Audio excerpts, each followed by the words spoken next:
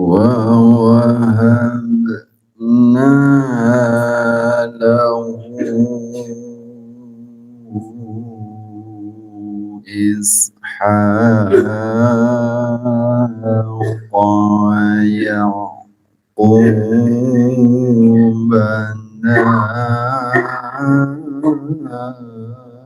نافلة وكلا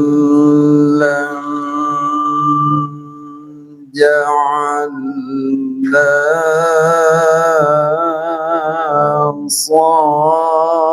صالحين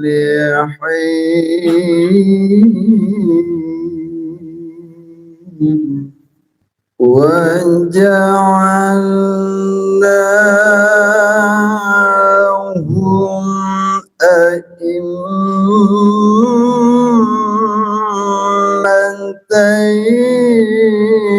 يهدون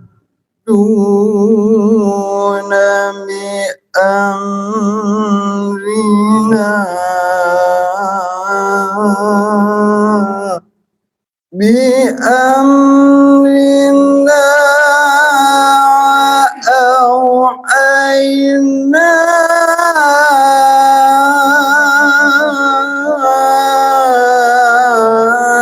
إليهم فعل الخيرات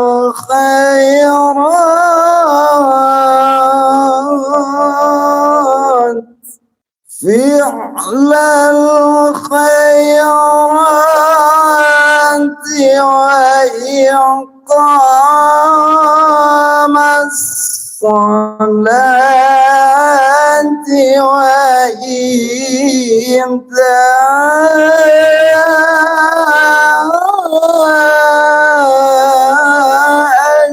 الزكاة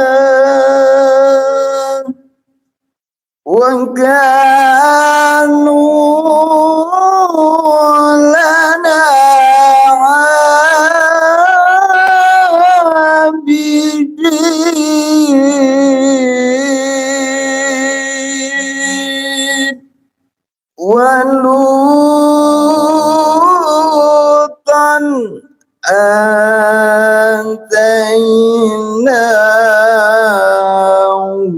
حكما وعلما ونجيناه من القرية التي كانت تعمل أفلا يتدبرون القرآن. السلام عليكم ورحمة الله وبركاته.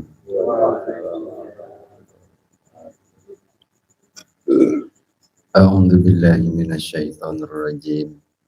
بسم الله الرحمن الرحيم. أشهد أن لا إله إلا الله وأشهد أن محمد رسول الله. أستغفر الله العظيم. أستغفر الله العظيم.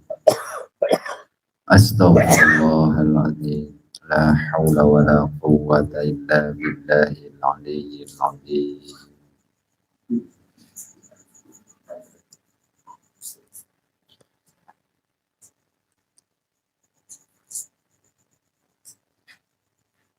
أعوذ بالله من الشيطان الرجيم.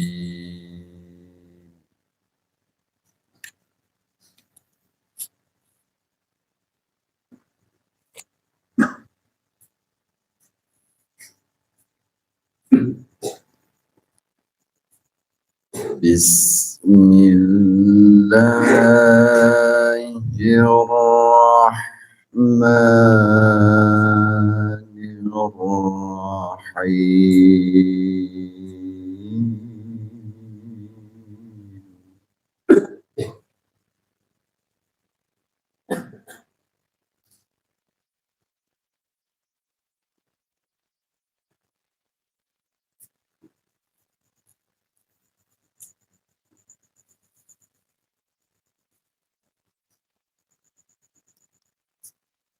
ووهبنا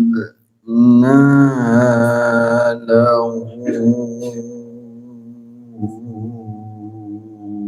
إسحاق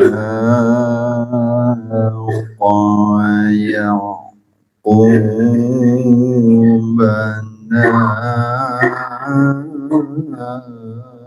نافلة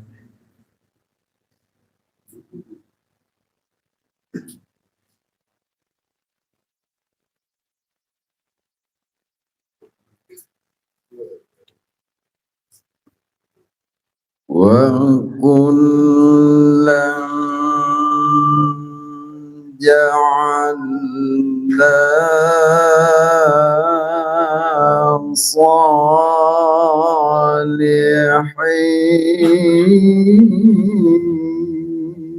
صالحين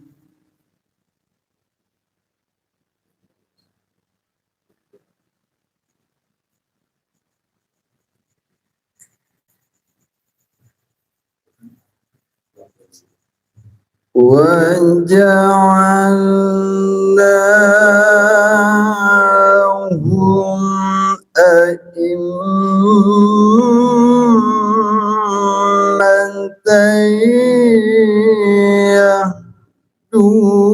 يهدون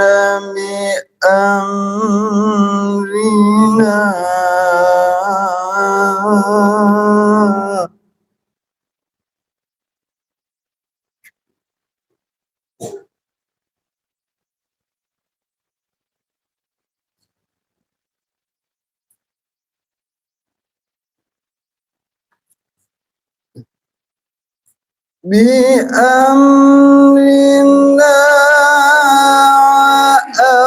أوحينا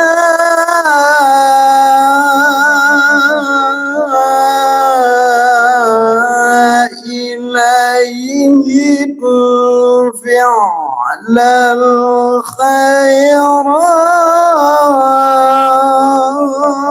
الخيرات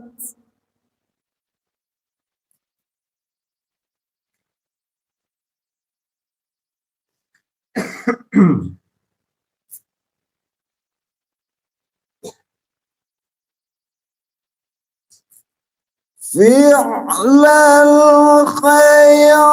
الخيرات وإقام الصلاة وإيتاء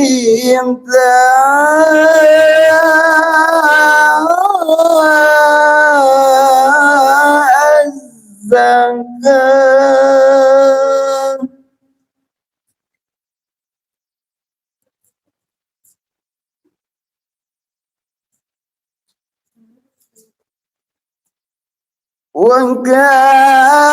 وكانوا لنا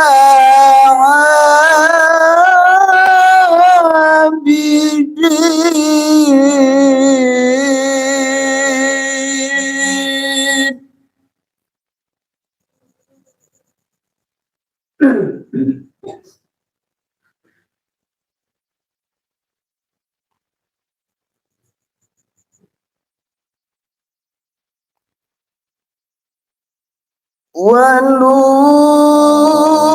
ولوطا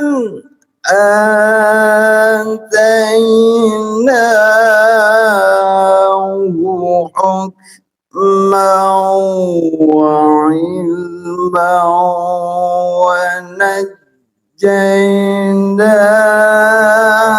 ونجيناه من القرية التي كانت تعمل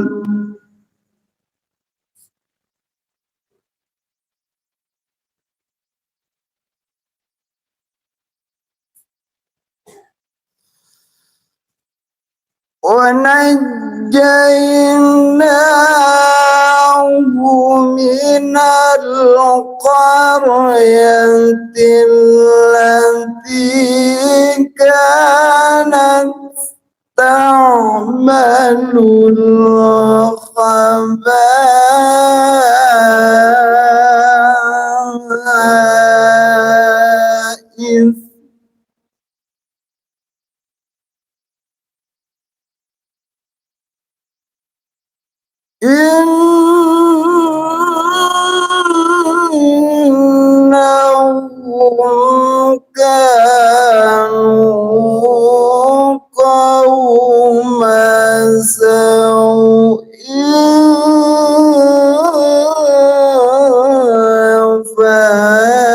السقيم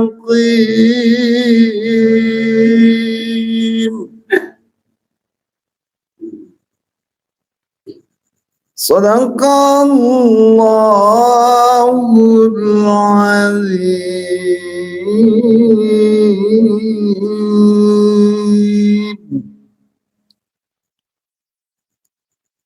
أعوذ بالله من الشيطان الرجيم. بسم الله الرحمن الرحيم. Yang saya bacakan surah Al-Anbiya ayat 72 sampai ke 74. Yang artinya Bismillahirrahmanirrahim.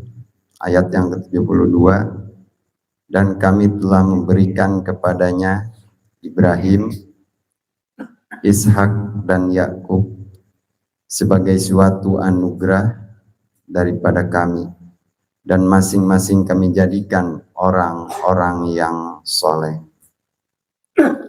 Ayat yang selanjutnya, kami telah menjadikan mereka itu sebagai pemimpin-pemimpin yang memberi petunjuk dengan perintah kami, dan telah kami wahyukan kepada mereka mengerjakan kebaikan, mendirikan sembahyang, menunaikan zakat, dan hanya kepada kamilah mereka selalu menyembah.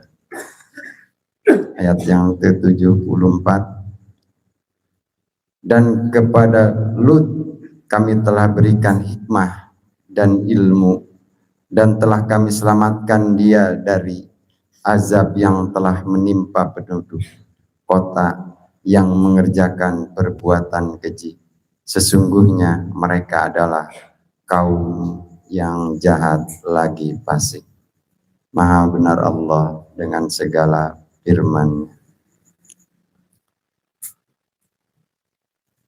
A'udzu billahi minasyaitonir rajim. Bismillahirrahmanirrahim. Asyhadu an la ilaha illallah wa asyhadu anna Muhammadar Rasulullah.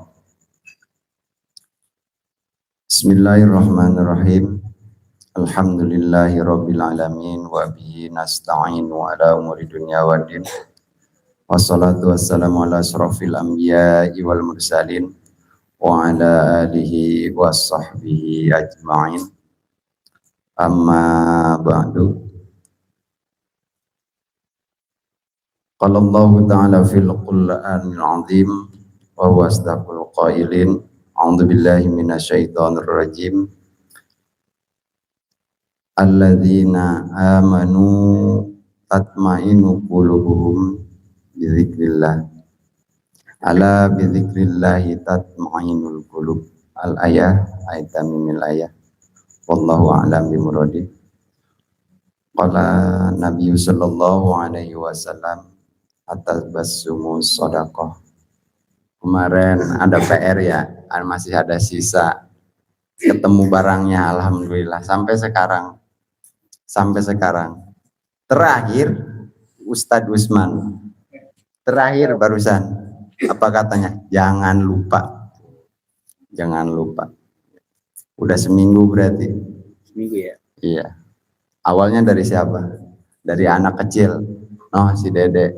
Pas mau berangkat malam minggu pengajian ke sini. Ini curhat dulu ya. Curhat. Ya. Kejadian ya, soal kejadian. Anggap aja Mama Dede. Ah, iya. Ajal apa? Mas? Ojo lali. Ojo lali. Apa? Saya udah nggak dihirauin gitu ya, nggak dihirauin apa? Ya udah, namanya juga anak kecil ya.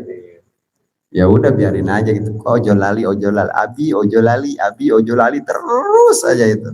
Sampai 3 hari sampai nggak berhenti. Udahlah. Nggak saya hirauin, udah biarin. Masih di kerjaan di sana di UKM. Ojo lali gitu. Kata siapa, ada apa gitu ya, kemungkinan ada sesuatu gitu. Nah, sesuatu. Renung, alhamdulillah. Tak tahunya ojo lali itu hanya sebatas, kalau sekilas hanya sebatas ucapan gitu ya kan. Tapi sebaliknya tidak hanya sebatas ucapan gitu.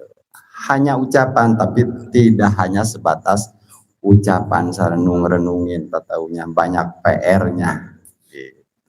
Mungkin buat kita lah semua, gitu ya, buat kita semua, karena yang saya bacakan tadi dalam mukadimah, ala bidzikrillahi tatmainul qulub, hanya ingat kepada Allah lah yang hatinya tenang. Nah, dibalikin, kalau hati kita pingin tenang, maka ya, ojo lali gitu. Maka ojo lali. Kalau di kampung saya ojo lali itu apa tadi Kang, permen ya? Permen ojo lali katanya.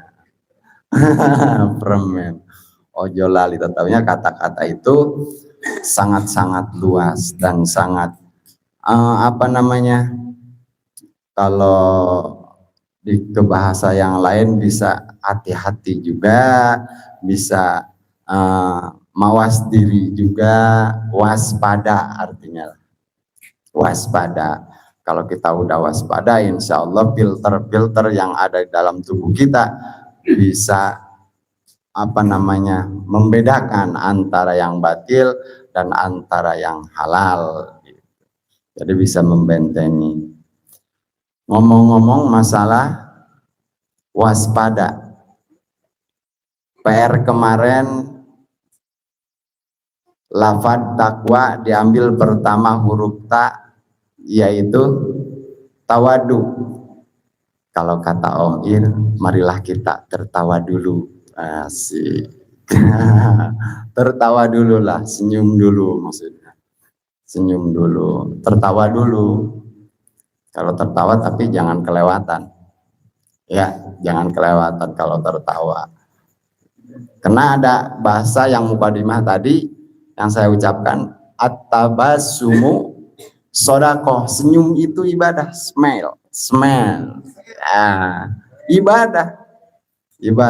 Kalau kita secara dinunungin, wah senyum aja ibadah, apalagi kita tertawa. Tertawa, tapi jangan salah. Ada hadis yang mengatakan, wallahu alam ya, wallahu alam bimuradi. Saya lupa itu. Ginilah.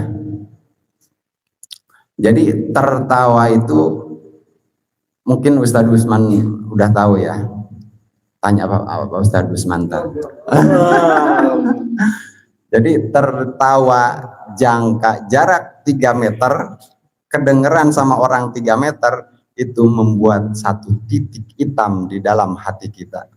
Wih, ngeri, merinding ya, ngeri. Tapi kan tadi kan ucapannya senyum itu sodako, termasuk ibadah senyum. Tapi kalau tertawa kedengeran sama orang jangka 3 meter, itu membuat titik hitam di dalam hati kita. Bukannya wah lagi seneng tuh, gimana? Artinya apa? Artinya balik lagi ke ayat yang tadi. Bahwa kegembiraan itu, ketawa itu bisa menghilangkan di dalam hati kita lupa kepada Allah. Ngeri ya?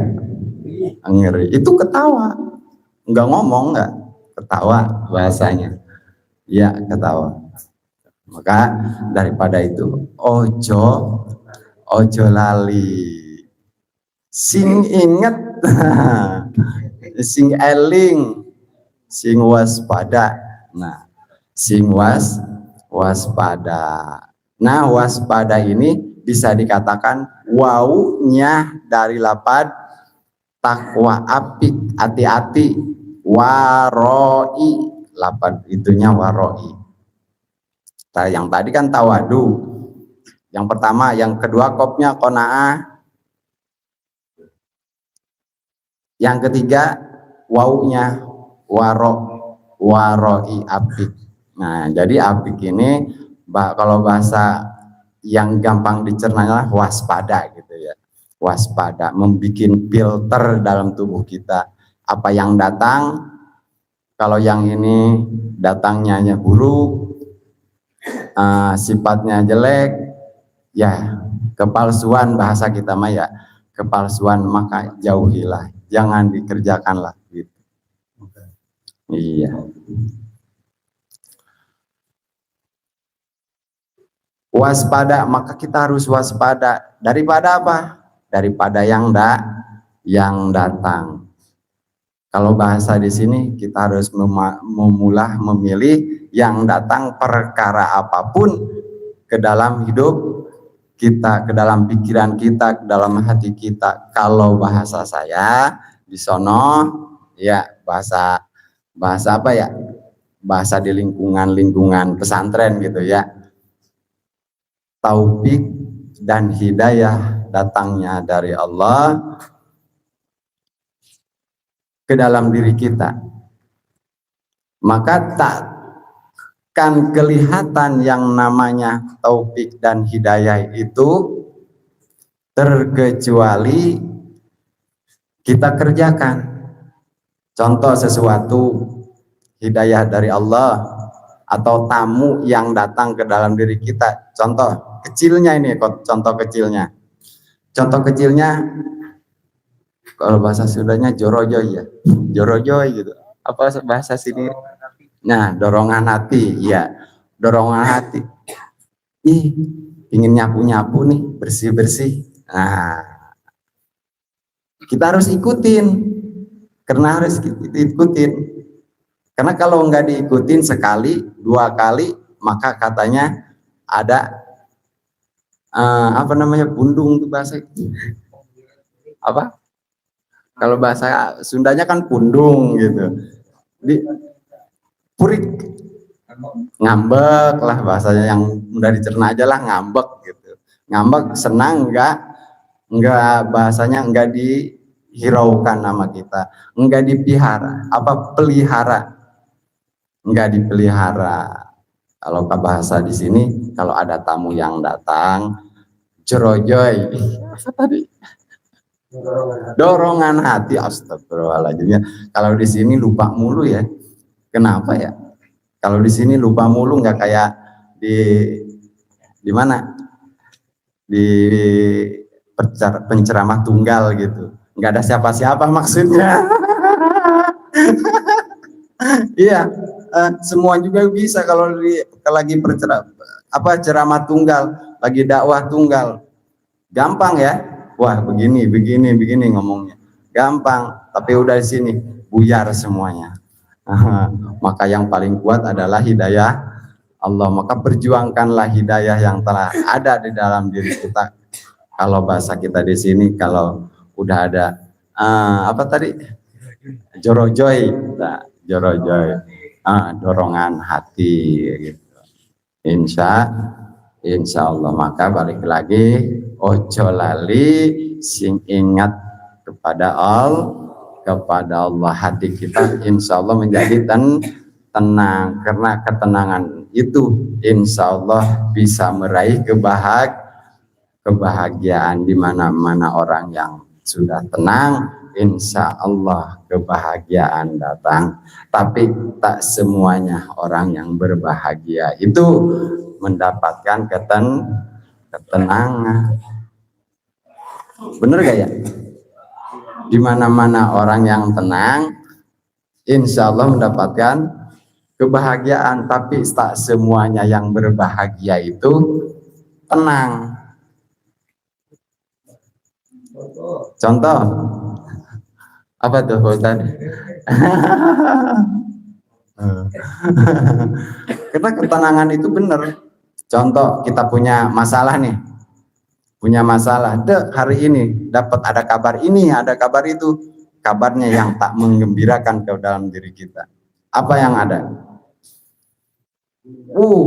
Gundah gulana, tak bisa tidur, kata Bang Anai, sampai 3 hari gundah gulana. Kenapa? Karena ketenangan nggak ada, ketenangannya tidak ada.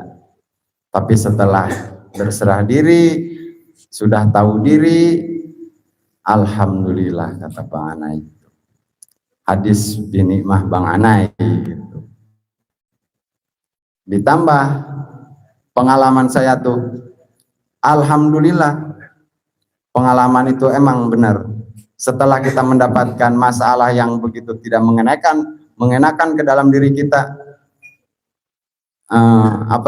bahasanya sehancur-hancurnya hati kita itu, galau, gundah gulana. Tapi dengan ala bidzikrillahi tatmainul qulub, alhamdulillah, ketenangan datang, kegembiraan itu datang. Insya Allah, mudah-mudahan apapun yang saya ucapkan tadi, benernya dari Allah, salahnya dari kebodohan saya sendiri. Wal afu minkum. Wassalamualaikum warahmatullahi wabarakatuh.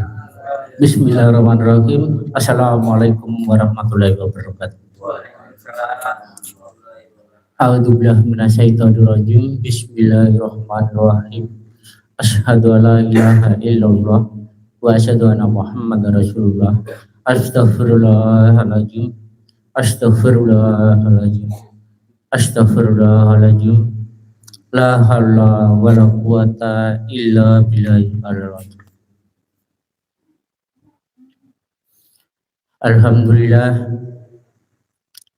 Alhamdulillahillazi hadana li hada wa ma kunna lina ta'diya laula an hadanallah.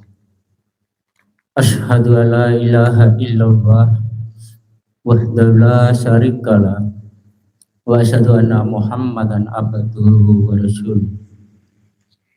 Allahumma sholli wa sallim ala sayyidina Muhammad wa ala ali wa ashabihi ajmain. Amin. Mudah-mudahan kita semua selalu diberikan limpahan rahmat kasih sayang Allah Subhanahu wa taala, diberikan kekuatan iman Islam, diberikan kesehatan lahir dan batin, juga untuk para ikhwan yang di luar sana yang belum bisa hadir. Mudah-mudahan apa yang menjadi masalah, apa yang menjadi beban sehingga malam ini belum bisa hadir berkumpul bersama kita di majelis yang kita cintai ini, Allah angkat segala permasalahannya, diberikan jalan keluar sehingga nanti suatu saat bisa berkumpul kembali di majelis yang kita cintai ini. Pertama-tama marilah kita panjatkan puji syukur kehadirat Allah Subhanahu wa taala yang malam ini sampai hari ini kita semua masih diberikan kesempatan hidup sehingga kita bisa menghadiri acara rutin kita, yaitu pengajian mingguan. Mudah-mudahan dengan kehadiran semua kita di majelis ini dengan harapan baik, Allah memberikan apa-apa yang menjadi cita-cita kita semua.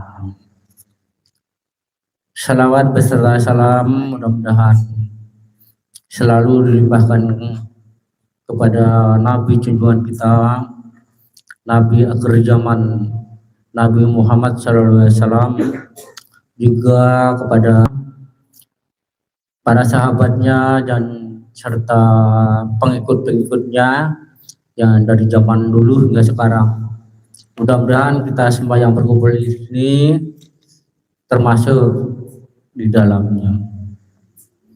Baik, saya akan membawakan petikan penggugah batin malam ini dengan judul Menuju ke Jalan Allah. Apabila perjalanan seseorang telah mendekati jalan Allah, maka hidupnya berbeda dari orang lain. Padanya tidak terdapat sifat-sifat iri hati, mudah mendongkol, jauh dari tingkah laku yang dapat merugikan orang lain. Sebaliknya, orang itu maunya hanya menolong saja. Dadanya penuh dengan hasrat membela yang benar. sayang kepada sesama manusia, kendati pun dia akan beroleh kesusahan karenanya. Menolongnya tidak ada yang menyuruh, membelanya tidak ada yang membimbing, dan tanpa dipikir ataupun dipertimbangkan terlebih dahulu.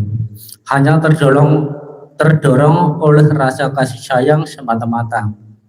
Rezeki, harta kekayaan yang ada padanya tidak sedikit pun diperhitungkan. Bahkan sekalipun tidak cukup, ia dengan tulus ikhlas rela memberikan pertolongan dengan tidak mengharapkan sesuatu sebagai tanda jasa dari orang yang ditolongnya. Dalam membela teman tidak tanggung-tanggung dan tidak akan mundur kembali, bahkan rela mempertahankan jiwa dan raga. Cara hidupnya disukai orang dan menghasilkan kewibawaan serta kepercayaan. Selanjutnya, ia tidak akan berasa aral ataupun munafik. Sadarnya bukan kepalang. Apabila ada hal yang menyakiti hatinya dan siapapun juga, dengan segera ia akan menerimanya dengan bersih hati. Apalagi dia merasa salah, maka lekas-lekaslah ia meminta maaf seraya mengaku terus terang atas kesalahannya. Bila seseorang akhlak dan tingkah lakunya telah demikian, maka perjalanan hidupnya telah sesuai dengan jalan Allah dan dapat dikatakan telah tahu jalan Allah. Akan tetapi belum dapat dianggap telah sampai di samping Allah. Ia itu baru pada sebagian dari jalannya. Ia termasuk golongan baik, akan tetapi belum sampai kepada yang dituju, yaitu asal dari Allah kembali ke Allah. Mohon maaf, saya selalu membacakan ini bukan maksud ataupun tujuan apapun, cuma semata-mata buat pribadi saya khususnya yang sedikit saya menambahkan tema yang diberikan tadi, terbebasnya apa? Belenggu menuju cahaya ilahi. Kalau saya menyimak dari perjalanan hidup saya pribadi, bahwa untuk menuju kepada cahaya ilahi atau petunjuk itu ada dua sisi, salah satunya atau bagian yang memang harus kita pahami di dalam kehidupan kita pribadi. Ada yang mesti kita cintai, ada juga yang mesti kita benci. Di kehidupan ini sebenarnya Allah itu tidak salah. Semesta ini tidak lupa akan sesuatu apa yang telah kita lakukan, kita perbuat selama di dalam kehidupan ini. Jadi apapun yang terjadi itu udah memang imbas ataupun upah dari apa yang kita perbuat selama ini. Jangan kita punya pikiran bahwa kehidupan kita saat semisal grafik itu di paling di bawah pun menyalahkan Allah, nggak bisa. Kita harus introspeksi di dalam kehidupan kita seperti ini. Oh, ternyata sesuatu yang telah kita lupakan dahulu itu Allah mengembalikan.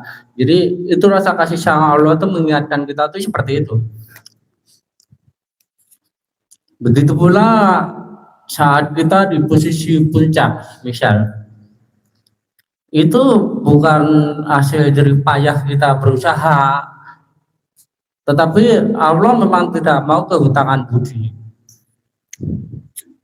Jadi pada intinya itu untuk mencapai cahaya ilahi itu kan petunjuk. Kita belajar melepaskan hal-hal yang bersifat duniawi seperti itu. Karena rasa cinta atau kemelekatan terhadap hal-hal yang sifatnya tidak abadi itu nanti akan menjadi penghalang. Satu. Yang kedua, kenapa kita harus mempunyai sifat benci? Petunjuk itu datangnya bahwa seperti tadi disampaikan ke Pak Ustadz itu kalau tempatnya, wadahnya itu sudah bersih kan. Rasa benci yang selama ini, rasa tidak suka yang selama ini kita pelihara terus menerus itu akan menjadi penghalang datangnya petunjuk atau cahaya ilahi. Jadi hidup itu harus seimbang. Jadi bagaimana kita mencintai pada posisi saat mana kita butuhkan itu sesuai porsi saja. Jadi jangan terlalu pemelekatan itu kita bawa, kemudian kita fokuskan di dalam kehidupan sehari-hari sehingga akan menjadi penghalang kita menuju cahaya ilahi. Ikutilah apa yang istilahnya sesuai posisi situasi yang ada saja. Jadi tak perlulah kita itu memaksakan diri, dan juga kita tidak perlulah kita itu ibaratnya bahasanya itu lengah itu. Jadi tetap waspada, bisa membaca situasi dengan tindakan yang benar. Sementara rasa benci yang selama kita pelihara masih ada, itu akan susah. Kenapa? Di sini itu ada rahasia di mana namanya salat taubat itu sebenarnya luar biasa kalau kita mau menjalani. Dari hal itu nanti kita secara istiqomah, artinya rutin walaupun nggak tiap hari, nggak setiap habis sholat misalnya kan, mendawamkan hal namanya salat taubat itu memang sungguh luar biasa. Kesimpulannya, di dalam kehidupan ini kita jangan terlalu cinta kepada hal yang sifatnya tidak abadi. Kita juga jangan begitulah membenci terhadap apa yang namanya sifat-sifat yang datang dan ditujukan kepada kita. Jadi anggap aja semua itu Allah menguji, bagaimana dengan ujian itu kita bisa seimbang sehingga kita bisa tetap ringan langkah, enteng langkah saat kita menuju kepada cahaya ilahi. Demikian saja sedikit saya menambahkan pengalaman pribadi saya, mudah-mudahan bisa menjadi motivasi. Kurang lebihnya kalau ada kesalahan saya mohon maaf lahir batin. Saya akhiri, billahi taufiq wal hidayah. Wassalamualaikum warahmatullahi wabarakatuh.